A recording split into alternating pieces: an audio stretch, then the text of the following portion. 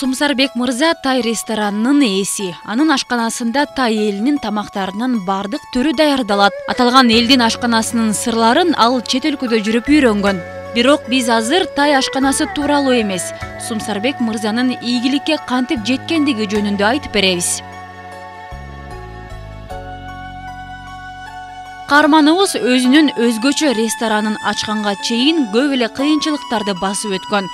Улуу Британияга окууга жана иштөөгө кеткенге чейин ал апасы жасап берген нанды шаарыбыздын базарларына алып чыгып сатчу. Кийин Англияда түрдүү кара жумуштарда дагы иштеген. Я и посудомойщиком работал. Англияда идиш жуугуч болуп да иштедим. Дааратканада тазаладым. Курулуш тармагында жумуш кылдым. Мен кара жумушту бул жакта 12 жашымдан баштап эле иштедим. Бөтөлкө чогултуп сатчумун. Апам нан жасап берер эле. Аны көтөрүп алып Үмөталиев Токтогул көчөлөрүнүн кесилишинде туруп алып аны сатканым эсимде. Ресторан ачуу гана эмес, кандай бизнес баштаба тобокелге баруу керек деген каарманыбыз ийгилик жаратам деген адам коркпош керек жана баштаган жумушуна болгон убактысын коротуу керектигин айтат.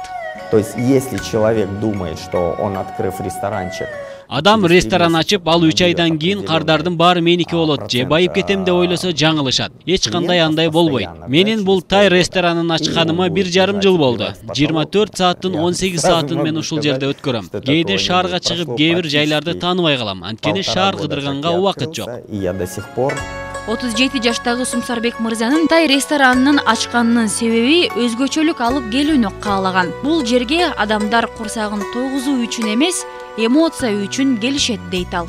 Для этого нужна любовь, терпение. Ийгиликке жетүү үчүн кылган ишиңди сүйүү керек. Анан тынымсыз эмгектенүүнү 3кө көбөйтүңүз. Жалкоолук артка гана жетелейт. Ошондуктан күндү болушунча эрте баштаңыздар.